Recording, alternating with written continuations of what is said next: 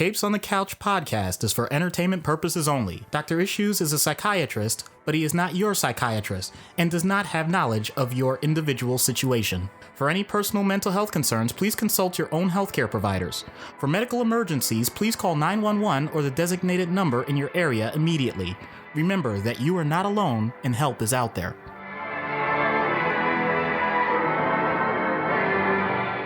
Hello and welcome to Capes on the Couch, where comics get counseling. I'm Anthony Sitko. And I'm Dr. Issues.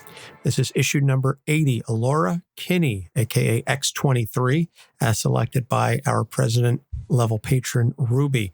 Apologies, by the way, last week for no new episode. So what happened, right?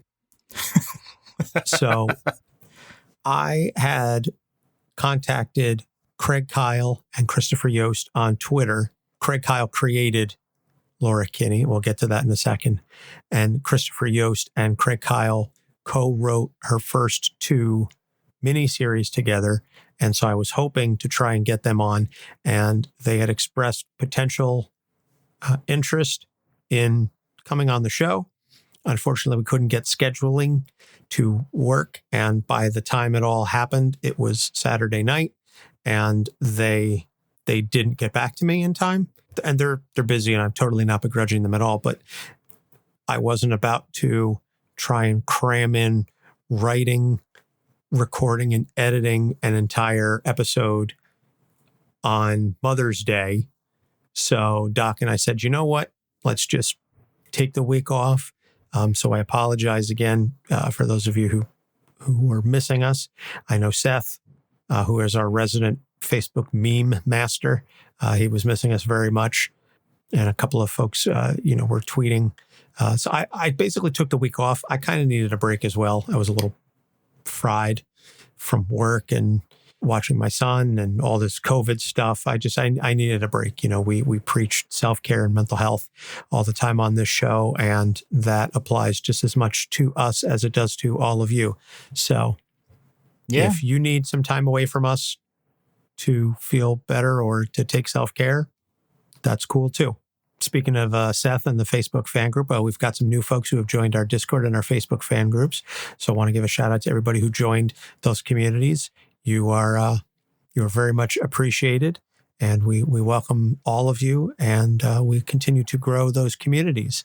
I know folks are listening to us right now in the Discord, as well as watching us on Facebook and YouTube, because we're now using Get Vocal, which has been recommended to us many, many times by good friend of the show, Ray, over at Into the Night. I know that he uses it. I know that Phil over at Capes and Lunatics uses it. So this is sort of how we are live streaming to Facebook and YouTube simultaneously. So Doc and I, now we're actually recording this. We spent the last hour and 15 minutes writing the damn episode. So we're actually getting around to the meat and potatoes of it. So yeah, Doc, how are you doing? All right. The hospital system is talking about the whole adjustment with expansion back to the new normal with COVID and our whole operations, what to do for patients coming in, all sorts of things that we're basically saying, hey, we hope this works out as well as it possibly can, because we are constantly getting revisions. My email box is full because we keep getting the same document revised about 3 or 4 times a day.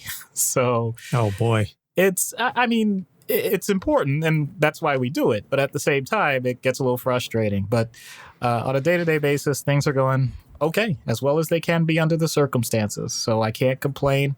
I'm glad that you're healthy. I'm glad that my family's healthy. And, we just take it one day at a time. Absolutely. And this episode, by the way, will be coming out the day after my birthday. So, woohoo, yay, early. Happy 38th birthday to me. So enough with the housekeeping. Let's get into this. Laura Kinney, because I love this character, and I'm very glad that Ruby picked her. I've been wanting to get around to her for a while. Laura Kinney, X23. If you watched the movie Logan, you have a bit of an understanding. It's the Fox movie version of who Laura Kinney is. But I loved that movie. I thought they did a great job with it. Yep. Again, with the changes that they made. But X-23, we don't do many of these characters, but every once in a while we come across a character who is actually created outside of comics and then brought into that medium. So X-23 was created by Craig Kyle for the X-Men Evolution TV series. And then her first comic book appearance was in NYX number 3 in December 2003 by Joe Quesada and Joshua Middleton. And then her first miniseries was X-23 by the aforementioned Craig Kyle and Christopher Yost. So, Dr. Sarah Kinney is a geneticist, and she's hired to replicate the Weapon X program that famously created Wolverine. But the sample that they have has a damaged Y chromosome. So, Dr. Kinney decides to manipulate the gene to create a double X chromosome version, meaning it's a female clone of Wolverine. And after 22 failed attempts, the 23rd is a viable embryo, which she is then forced to carry to term. So, in a sense, she is X-23's mother. X-23 is raised as a killer and essentially is bred to be a weapon. She is given no human affection aside from her sensei and Dr. Kinney. At the age of 7, she is subjected to radiation poisoning to trigger the mutant gene. And then at that point, her claws are forcibly extracted and coated with adamantium. And this is all done without anesthesia because the doctor doing the surgery, Dr. Xander Rice, is the son of the doctor who created Wolverine and died after Logan's surgery. So Xander Rice is doing this as a way to sort of get back at... he's treating Laura badly because the original Weapon X killed his father. So this is the sins of the father being paid for by someone who literally had nothing to do with it. So X-23 is subjected to a trigger scent, which drives her into an unstoppable killing rage. And they test this out by putting the trigger scent on her sensei's blade. So she is forced to murder her sensei very savagely. So Dr. Kinney kidnaps X-23 and, long story short, gets her to kill Dr. Rice, which she does. But before he dies, he puts the trigger scent in Dr. Kinney's hair.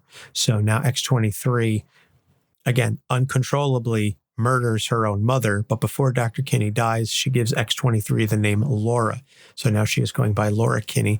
And so Laura escapes to New York and she begins working as a prostitute for very unsavory clientele because Laura's healing factor allows her to heal from the abuse that she gets from these Johns.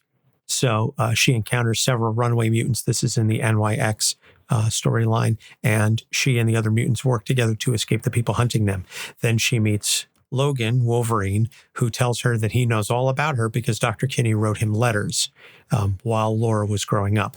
So Laura joins the Xavier Institute to work with other mutants, learn how to be a human, as well as become a little closer to Logan. So then Cyclops asks her to join a very lethal X-Force team, but Cyclops doesn't run this by Logan because, say it with me, Scott is a dick. It's a dick. Yep. And this puts Scott at odds with Logan because Logan wants her to be a kid and make her own choices. He wants her to have the life that he never really had the opportunity to have. So then she starts working with the time-displaced original X-Men. Not going to get into that. Why? Because comics. Buy the t-shirt. And starts dating teen Warren, the original Angel. And then after Logan famously dies in the Death of Wolverine storyline, she takes up the mantle of Wolverine for a time. And then Logan returns because comics. So she becomes X-23 again. And at this point, she meets other clones that Dr. Kinney had created, or rather, I should say that Alchemex had created once they figured out how to successfully create clones. Then they made other versions of the clone X-24 through X-50. And so one of them, Gabby, becomes very close with her, and she and Laura consider each other sisters, and Gabby becomes a hero in her own right. Honey Badger and then Scout. Gabby is very much the little sister that Laura never got an opportunity to have. Yeah, I apologize. I have a question. What's the name of the agency that created? Was it Alchemex? Yeah. Okay, so you could say that they were really trying this whole genetic manipulation by any means necessary. Yes. Yes, you could. You're not even waiting to the end of the episode for the puns. Oh, come on, man. You know, you get to deliver all this information, and it's wonderful. It's wonderful, but I was sitting on that when I'm like, oh, I got to throw it in. I was going to wait, but nope, sorry. Yes, I raise my fist to you. If you're watching on the live stream, you can see me raise my fist. Yeah. There's a lot more stuff that happens with Laura and X-23, but again, in the sake of time and not trying to go into a full deep dive on the background, we'll just delve into the issues. So the first thing that I want to talk about, and one of the things that certainly most defines Laura, is she's had no childhood whatsoever. So, I mean, there's arrested development, there's trauma. She wasn't raised, she was bred. She was denied any affection, any contact outside of whatever was needed to make her an effective assassin, a weapon that could be controlled. That's very, very hard to put that on a kid. And then again, at the age of 7, she is subjected to this horrifying surgery with no anesthesia. It's terrible. Xander Rice is a sadist and an absolute monster, and he is responsible for turning her into a killing machine.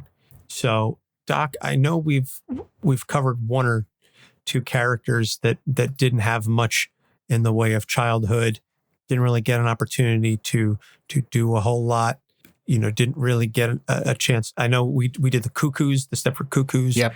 As teenagers, they, you know, as clones of Emma Frost. Yep. That was a whole thing. In one of our thematic episodes, it wasn't dedicated purely to her, but with Hit Girl. Yes. The way she was raised. Yeah. Absolutely. So talk a little bit about what some of the things are that Laura's had to deal with throughout her young life. Because at this point now, like currently in the comics, I would say she's late teens. Yeah. Say maybe like 19-ish. Mm-hmm. Well, the bottom line is you don't have a say as to where you're born, how you're born. I know I've called it the genetic lottery. In this case, though, the genetic lottery was rigged. So even though she didn't have a say, everyone else sure did. And they had their intentions as to what they wanted from her life.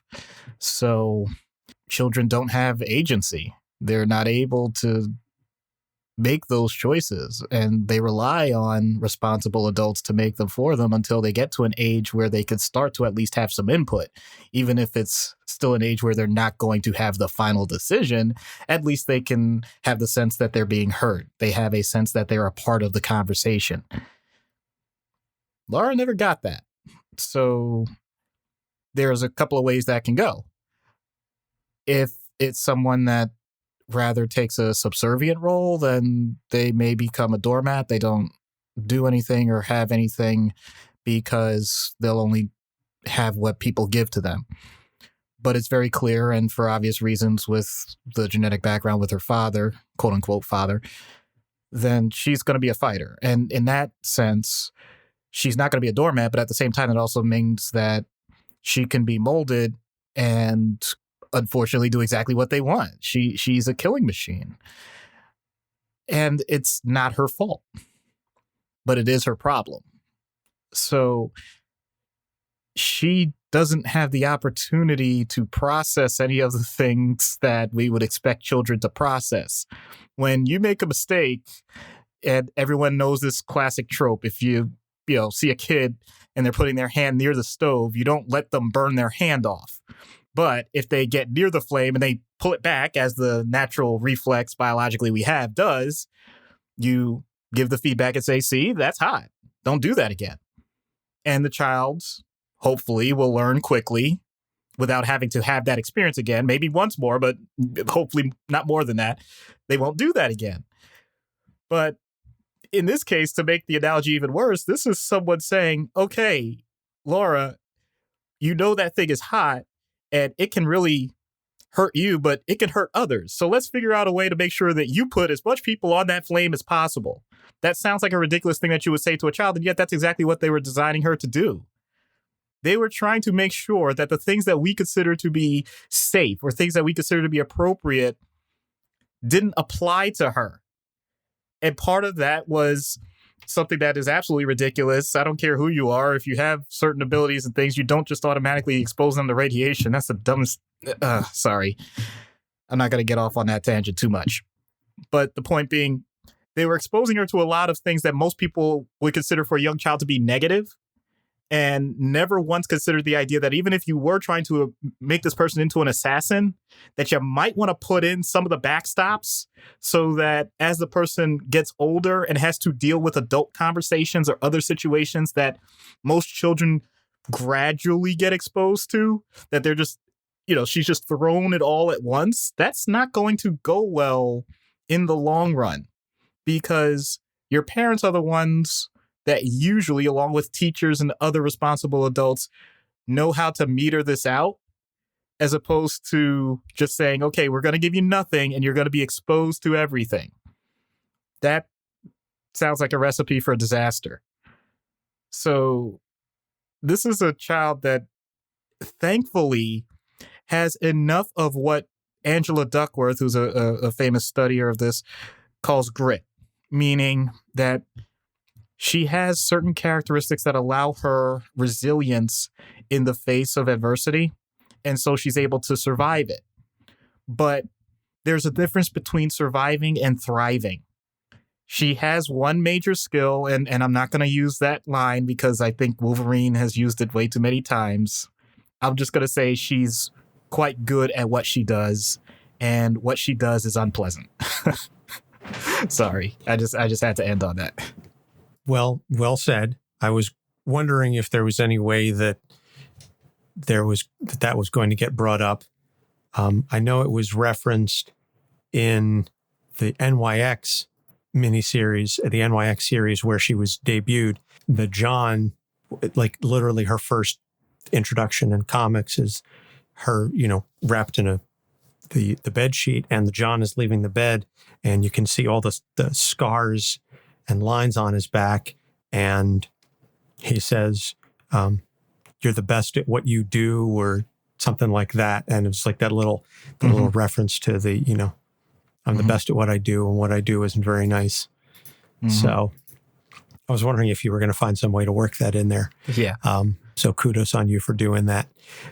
So that sort of segues then very well into the next issue that she has, which is an absolute lack of social skills. And the version of her now is much better than it was when she was first introduced. Because, by the way, I did not realize until I started doing my research on this, I didn't realize just how long she'd been around.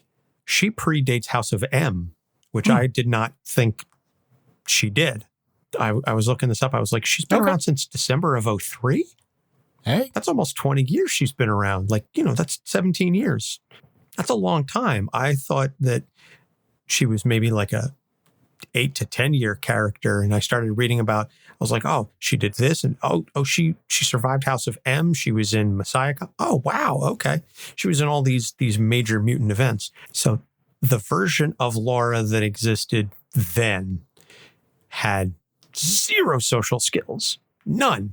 She still is, shall we say, brusque. She's, I guess, utilitarian as a conversationalist. It's, what do I need out of this conversation? What is this going to do for me? How can I use this information? So there's not a lot of small talk. There's not a lot of banter. And I think that ties in to obviously the lack of childhood.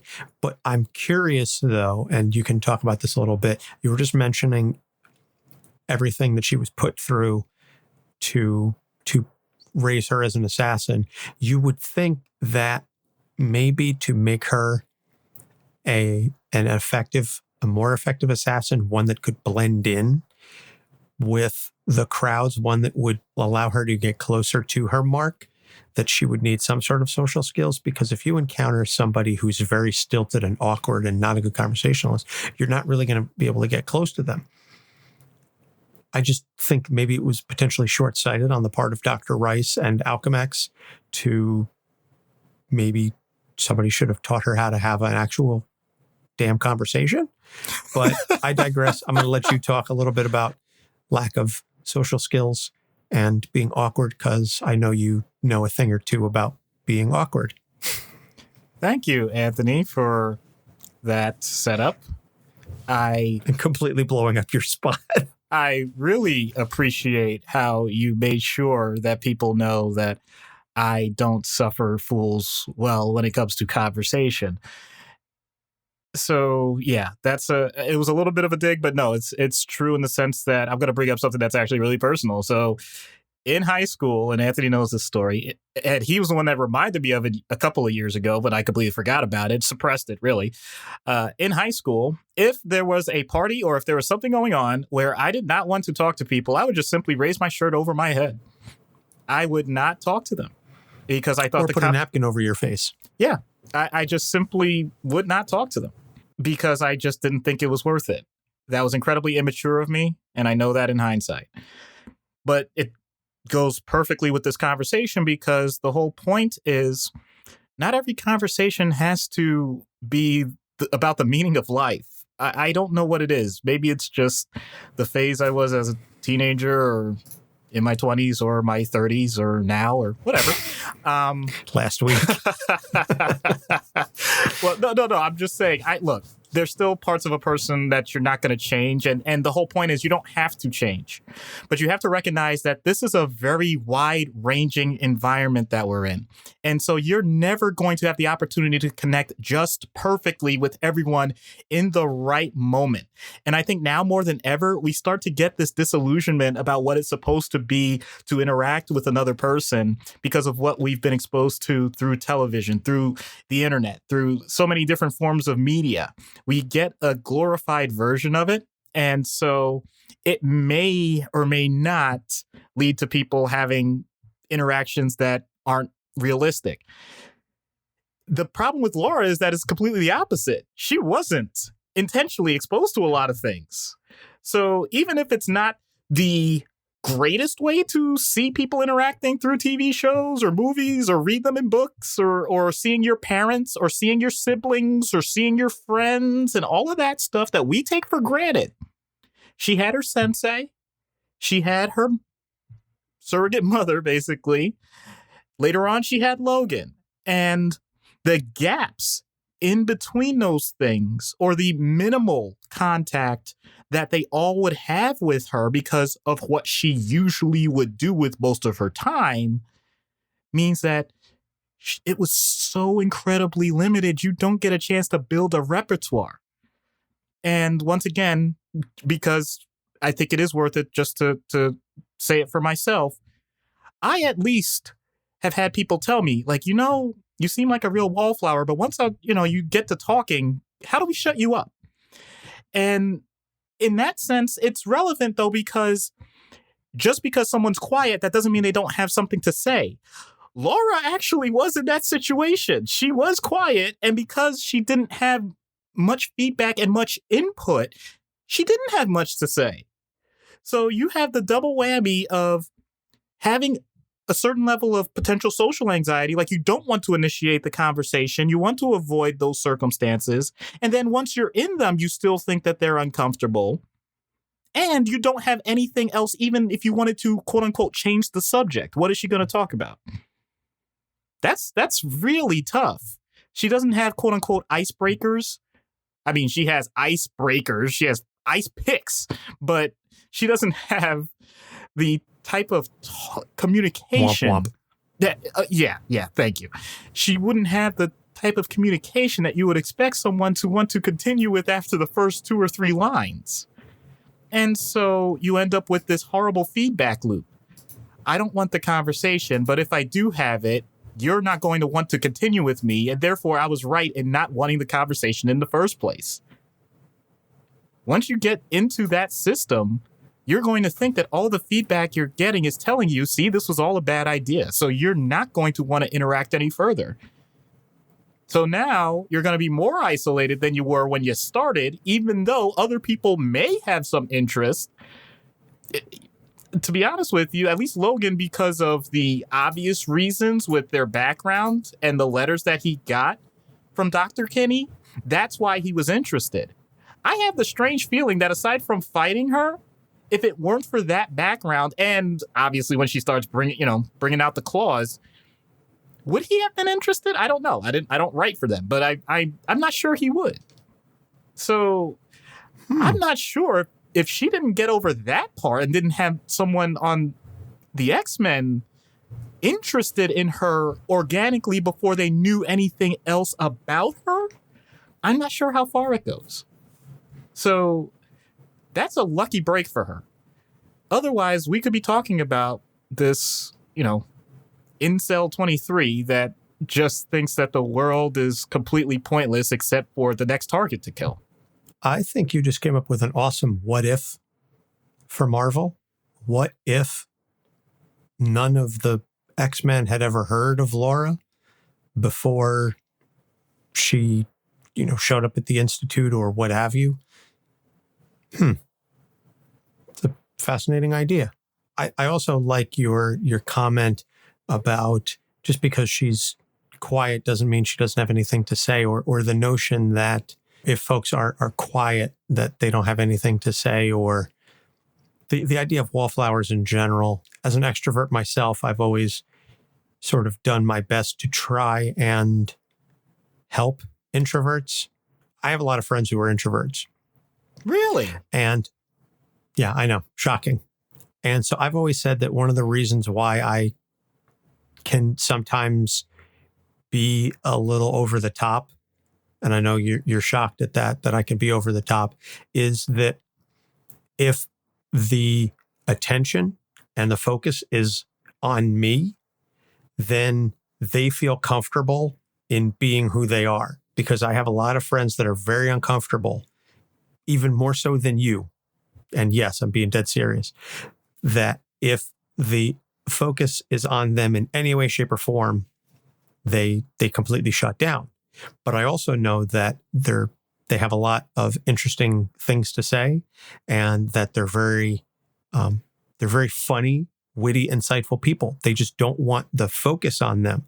So I'll come in, I'll suck the attention out of the room, and then all the focus is on me, and then they can be free to, okay, I can say these things and I can do whatever. And yeah, it does feed my ego. I'm not going to lie that there's that part of it, but it gives them the opportunity to let their hair down. And so I think if I were in that situation, I would do that for Laura, because she certainly doesn't want to be the center of attention. And I have no qualms with it. But I also think that she's got a really fascinating story, and I would love to hear more. So as long as I can, again, this is, me inserting myself into the story here, but if I could find a way to draw the attention off of her and give her the freedom to open up, that she would feel more comfortable. Because the goal is never, at least from my perspective, the goal is never to turn an introvert into an extrovert. I see all these things, these articles online to help introverts be more extroverted. You never see articles, if you're an extrovert, how to shut the hell up. You never see those articles. God knows I need them sometimes. But I think there's a balance there. But if I could help somebody like Laura just come out of her shell just a little bit by pulling the attention away, I think that would be a huge benefit to her. And I think she ultimately gets that in Gabby. I think Gabby does that a lot for her, because Gabby is way more outgoing. I said before we started recording that it just occurred to me that Gabby is talkative, and that's why she's called Gabby. I was like, Jesus, that just hit me. After, having read the comics for several years. But in any case, let's segue into the third issue here, and one of the other main points of Laura's character, this constant struggle between her nature as this bred and born killing machine and wanting to do the right thing. this is something that has existed in her character for many, many years. This was something that I think Scott exploited a bit when he brought her on X-Force. I know that she was dealing a lot with that. And that's one of the things that, again, led Logan and Scott to argue over this. Hashtag Scott is a dick. And it's something that we see throughout her successive series, whether it's the all-new Wolverine or just one of the many X-23 titled series. This struggle because she doesn't want to just be a killing machine. And she knows that she is damn good at it, and she knows that she could wipe the floor with pretty much anybody and kill, but she doesn't want to do that. But there's that struggle because, again, that's what she was literally bred to do. Yeah. What does that internal fight do to somebody? I'm thinking of quite a few people, and I'm not going to even come close to naming names or anything like that. There are people that have had some things happen in their life that were pretty rough. And as a result, they ended up being pretty rough themselves. I'm talking fighting. I'm talking a little more than fighting. I'm talking about potential jail time. I'm talking about things that in hindsight, they're not proud of. And yet when they talk about those things, you can see it on their face, have a little bit of pride in them. So it's this weird dichotomy. Many of them have gone into the healthcare field or into mental health and whatnot. And it's amazing because they can relate to a lot of the experiences that people are struggling with right now. In other words, I'll give a very basic example. If you yourself have had an addiction and you overcame it, quote unquote, because it's something that is always a struggle. But the point is you're doing better than you were before and you haven't used in years. And now you're a substance abuse counselor. Then I'll be honest, that person has an advantage over me because I haven't struggled with that. And they can talk to a client or a patient at a level that I can't match. As a matter of fact, I'm going to give one brief anecdote of a person, once again, not naming any names, where I wasn't able to connect with that patient and they were very upset, very angry in the emergency room, all of that stuff. And one of our peer counselors, within a matter of, I'd say, 3 to 4 minutes, had that person so grateful, appreciative of what everyone was trying to do. And all of it was because he remembered that they met in jail. Just that. I'm like, well, I'm sorry, I didn't go to school for that. I can't possibly prepare for that. I can't train for that. And wow, the point of it wasn't that he was trying to say that he was this tough guy that, or tough girl that went through all of this and they were trading war stories. Nothing like that. It wasn't that at all. It was simply the idea that I know that life can put us in some really horrible circumstances and you do desperate things. And it's okay. There's a different way to go about things. It doesn't even have to change the narrative of what's happened before. So with Laura, this was from the start. This wasn't even a matter of saying that she was put in quote unquote adverse situations. She was put in situations she was expected to be in and still excelled. And it's the rest of society that points out after the fact, by the way, this is all wrong. This is horrifying. And so from that standpoint, she has to learn from other people. It would be the equivalent of someone basically going to jail after not recognizing that, dealing cocaine to hundreds of people and getting them addicted was a bad thing. It's all they knew. They were making good money. They were feeding their family. Why wouldn't you want to feed your family? So in other words, you can justify just about any action in life. That doesn't necessarily mean that it's the proper thing to do. And so Laura still having these murderous skills is quote unquote useful in a way, and her fighting is still very useful, no question about it. Otherwise we wouldn't have comics. Let's be honest, we wouldn't read them if it didn't have some aspect of that. But that doesn't mean it has to be the only thing, and that doesn't mean that you can't take that and use it in a way that can be much more of a positive than a negative, provided that you're in the right circumstance and you continue to place yourself in the right circumstance. Now she has the type of agency that she can do that. She wasn't used to it before. She was much more used to the idea of people just simply saying, do this. Even the people that she considers a positive. Sensei says, this is how I attack someone. This is how I attack them. Dr. Kinney says I'm supposed to go out and get rice. All right, I'm going to go get rice. Oh, wait, now I have to make decisions as to what team I want to be on? I mean, I can actually say no? I can actually do these things? Wait a minute. And you're telling me that there's another side to society that says that you don't have to end all of these with people dying? Really? That's something that we take for granted, honestly, in a very free society. I'm talking about you and me, Anthony, and I'm sure I'm talking to most of our listeners. We take this stuff for granted in our society, that the things we're doing on a daily basis are meant to be beneficial and are not going to be harmful to others. Well, what if the only thing that you knew that was that your parents made all of their money through things like, as you already mentioned, stuff like prostitution, violence, drugs, all of that, but that's all they knew? That's not fair. That's not something that you would expect someone to have to deal with. And yet, how many people live in war zones? How many people live in... I'm not even talking about the U.S. version of poverty. I'm talking about literally have no food for days at a time. And those people, if you talk to them about some of the things we talk about, it's a different language.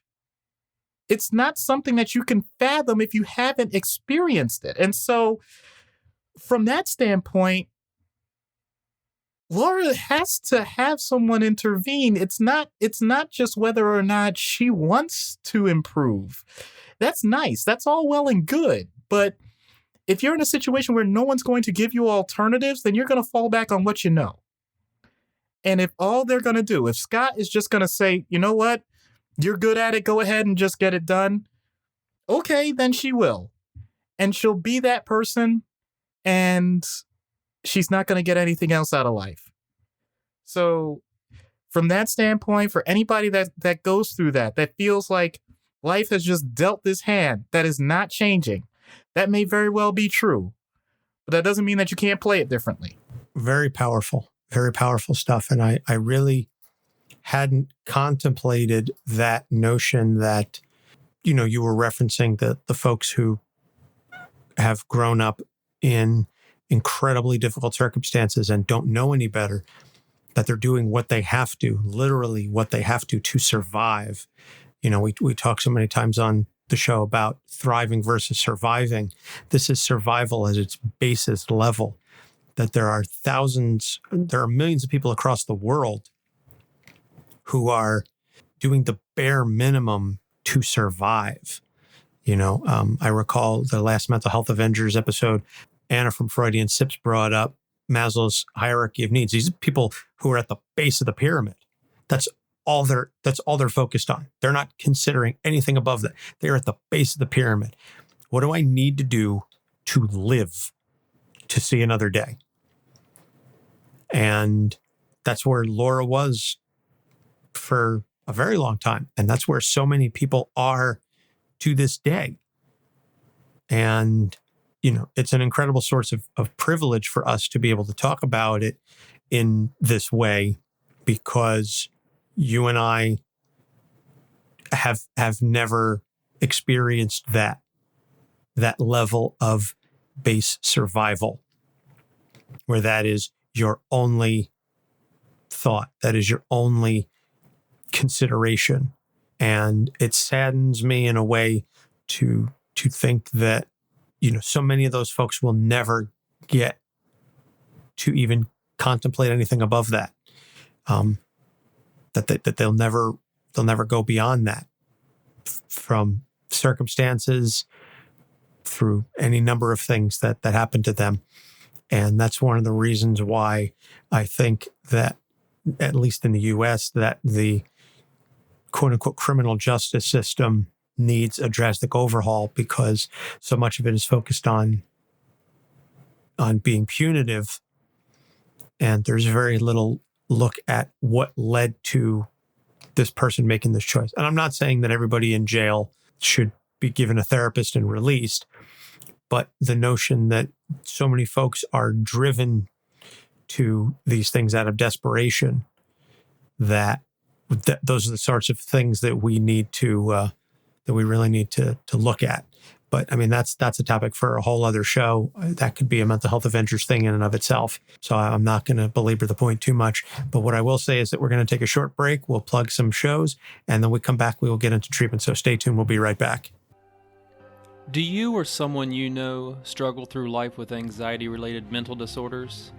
Ever get that feeling that you are one of the few? I'm here to tell you that you are not alone.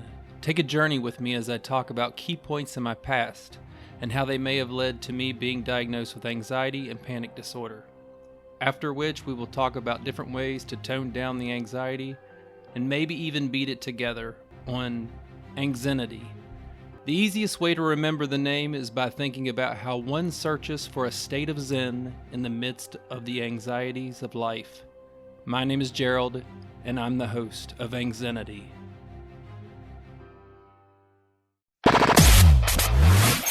What is the perfect package?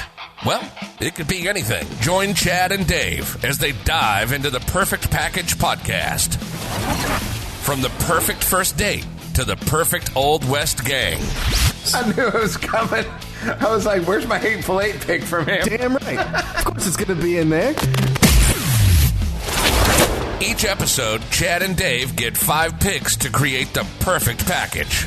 Then, it's up to the listeners to decide who will win each episode of the Perfect Package podcast. So get ready to explore everything from road trips to bank heists. All right, I felt like we're on dark. Yeah, because I thought this was a normal heist. We might be breaking into like a hospital to steal our heart right now. The Perfect Package podcast is full of laughs, some healthy competition, and a side of interesting tidbits. Available wherever you get your podcasts. Hi, I'm Saladin Ahmed, and this is Capes on the Couch. And we're back. So treatment in universe.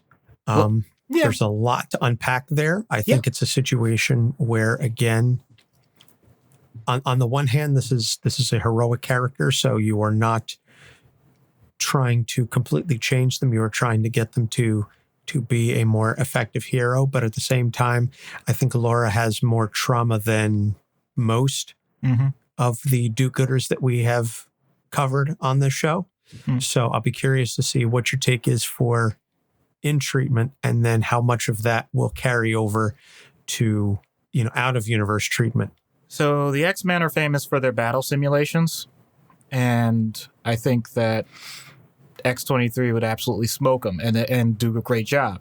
I would basically make those simulations totally unrelated to that kind of battle. They're going to be battles, but not physical. So the danger room is going to be repurposed into therapy. The danger room is going to be the most strange version of Toastmasters that you've ever seen.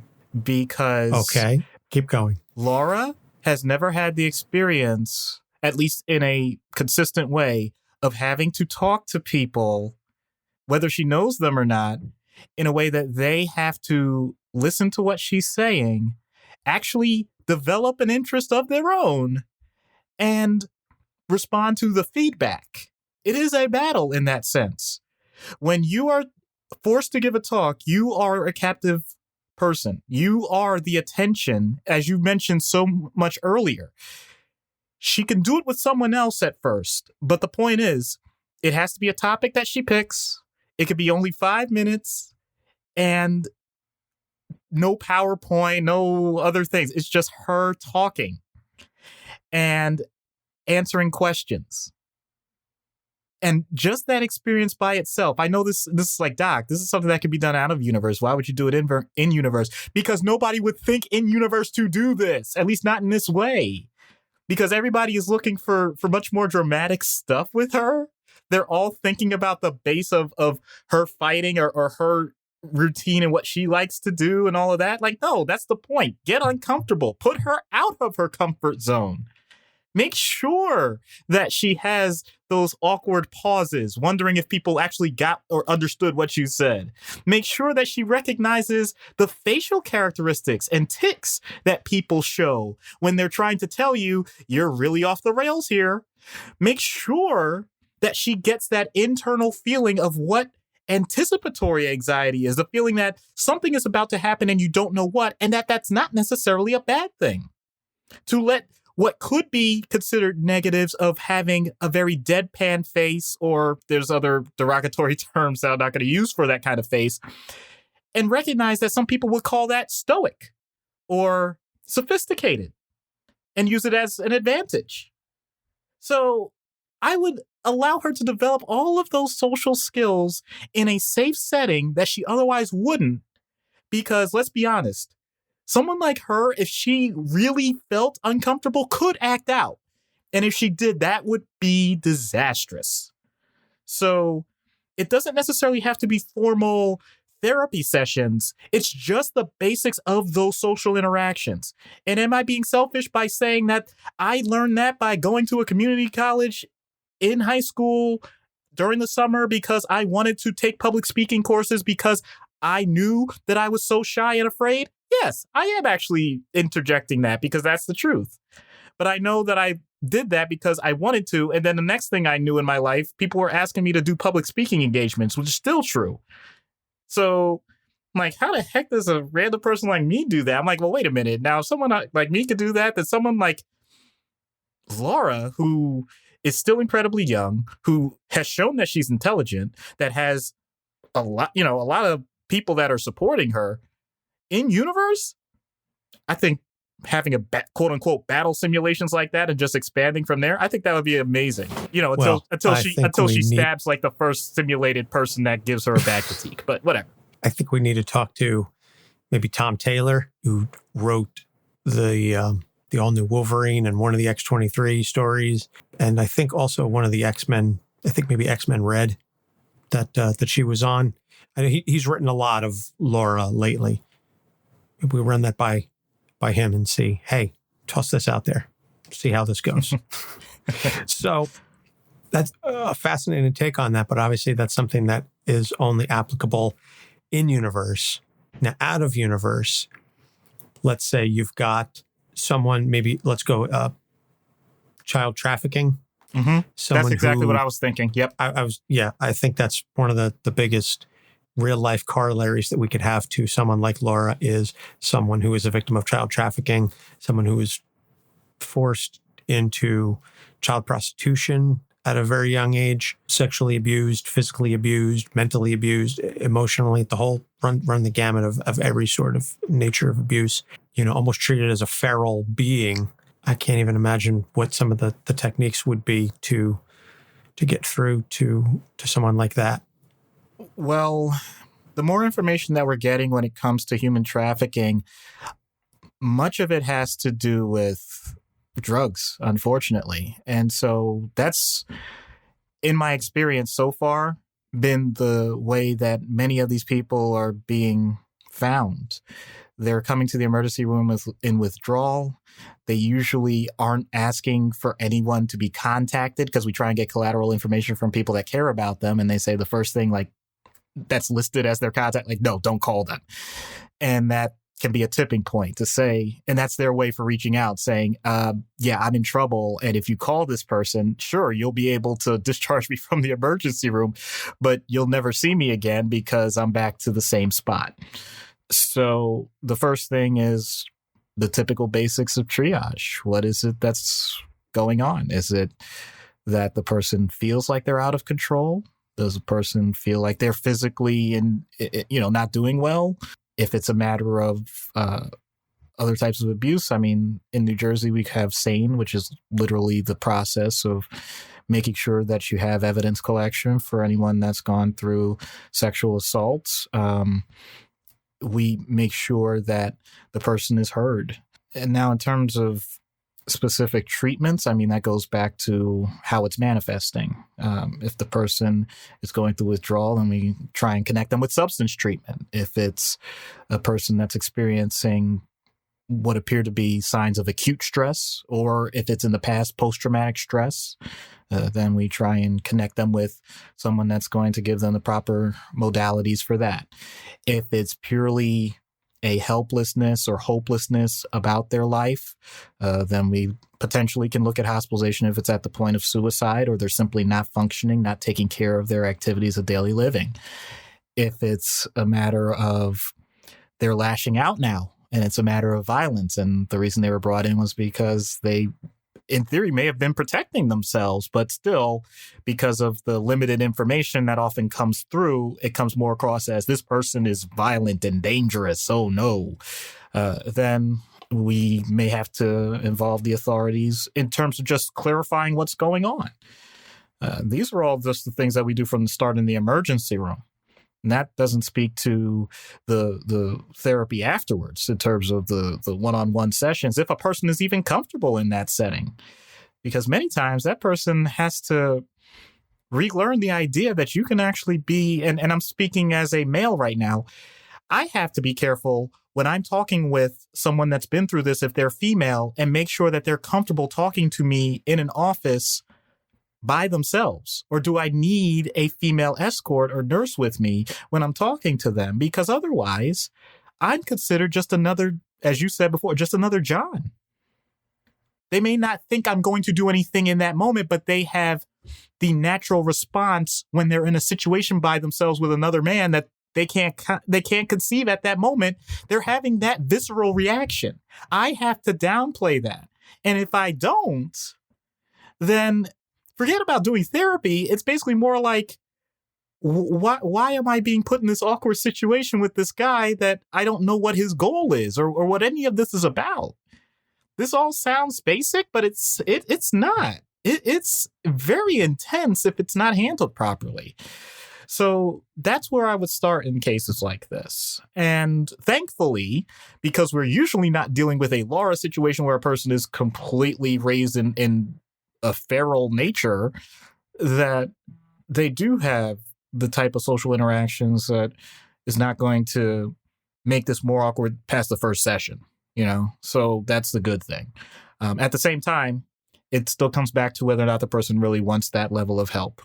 Because sometimes, and I'm not saying this as a slight or meant to be derogatory in any way, in the hospital especially, we do have some patients that they're living that life and they haven't come to the conclusion that therapy or any type of treatment is truly worth it to them. And if that's the case, then we point out that help is always going to be out there and we're always around. But, I can't say more than that in terms of forcing someone to get help. Because let's be honest, the one thing that person has usually gone through is had other people just force them to do things and tell them that it's good.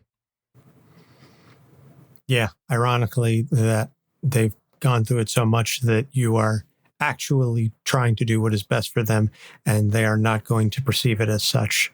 That's heavy. Oof, hadn't really considered that part of it anyway. I've said it so many times.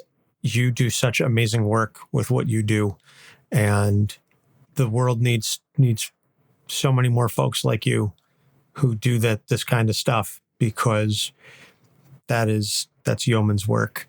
I can't even begin to I don't have the capacity to do what you do. I don't. So the fact that you continue to do this day in, day out, and you're incredibly successful at it, I'm so proud of you, and so honored to know you. And one of these days, I'm gonna learn how to take compliments like that well, if you can't see my face. Oh gosh. This week we are joined by a very special guest. Our friend Hannah from Popcorn Psychology is going to be playing the role of Laura. So very much looking forward to this week's skit. So we're going to take all this and see what happens when we get Laura Kinney on Dr. Issues' couch. Hello, Laura. I'm Dr. Issues. Hi, Doctor. How are you doing today? I'm fine. You? I'm doing okay, all things considered. I appreciate you taking the time to speak with me, even over video chat. Telepsych isn't my ideal scenario, but that's the world we live in, so thank you for understanding. It's fine. I know I can't get sick from the virus, but not everyone has my healing factor. Frankly, that's a good thing. Why do you say that? Logan always said if you can't get hurt, it makes you reckless. I think people need to have boundaries. That's an excellent point. A good segue. So let's talk about your boundaries. I know you've had a difficult time engaging with people at times. That's putting it mildly. Is it the initiation of the conversation or... It's everything. It's all invisible. I'm not sure I understand. Just like everybody else.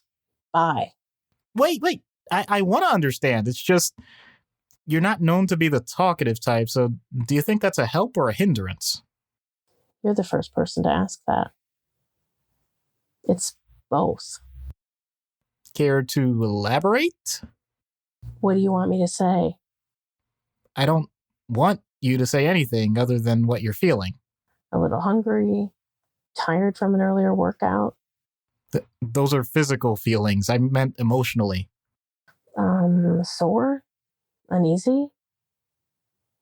This is hard. At least you're trying. I'll lead a bit. When I'm talking to a stranger, I feel... uncomfortable. Like right now. That makes perfect sense. I mean, believe it or not, many people, perhaps even most people, feel some form of discomfort, especially with initial contact. The good news is it goes away with experience. Like, completely. That would be good. Whoa, I don't mean to mislead you. I mean it gets better. So I will always feel uncomfortable talking to people. What is the point of this exercise then? Well, when you learned how to fight, did you automatically know the proper takedown techniques? No, you learned, you practiced, I learned from Sensei. He taught me how to fight, how to counter. He taught me a lot. Things I wasn't supposed to learn. I actually noticed a change in your demeanor there. Your face was the same, but your voice showed a range that I didn't expect when you talked about a topic that matters to you on a personal level. That's emotion. So what do you do with that when it shows up? Most of the time I suppress it because the situation doesn't allow me to focus on it or dwell on it. It's hard to think about that kind of stuff when you're fighting for your life. Most of the time I only get to emote around Gabby. She's brought a lot of that out in me. So do you feel uncomfortable talking to Gabby? Not really. In fact, it's the opposite. It's like there's a way to have a feeling that things can be better than they are in a tough time. And it doesn't have to do with winning a fight.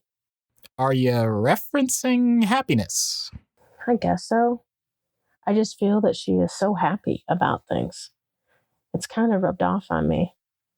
I consider it making me a more well-rounded person, I guess. That sounds like a wonderful experience for you. And yet I'm concerned that you don't seek that experience for yourself. In other words, what's fun for you by yourself? I don't often get the time to have fun by myself. Most of my downtime is spent either recovering from my latest fight or preparing for the next one.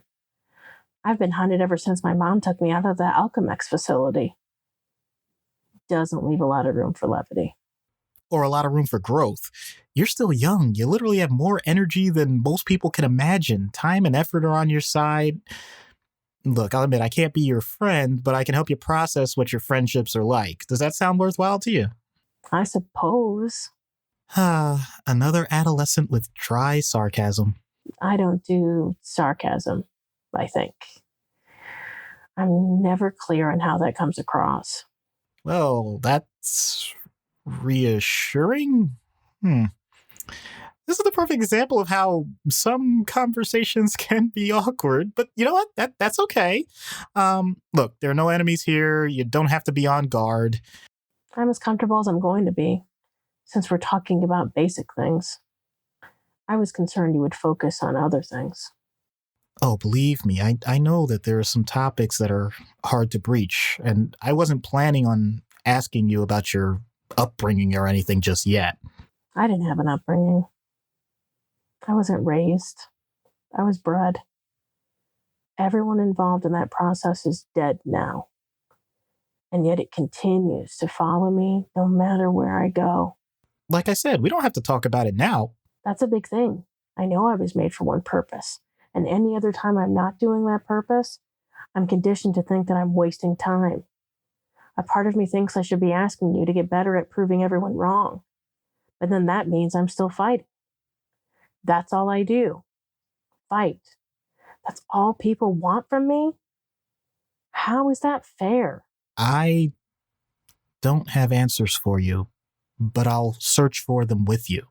Thank you. Are we done? Yes, Okay. I guess we'll continue this next session. we will. Thank you. Goodbye.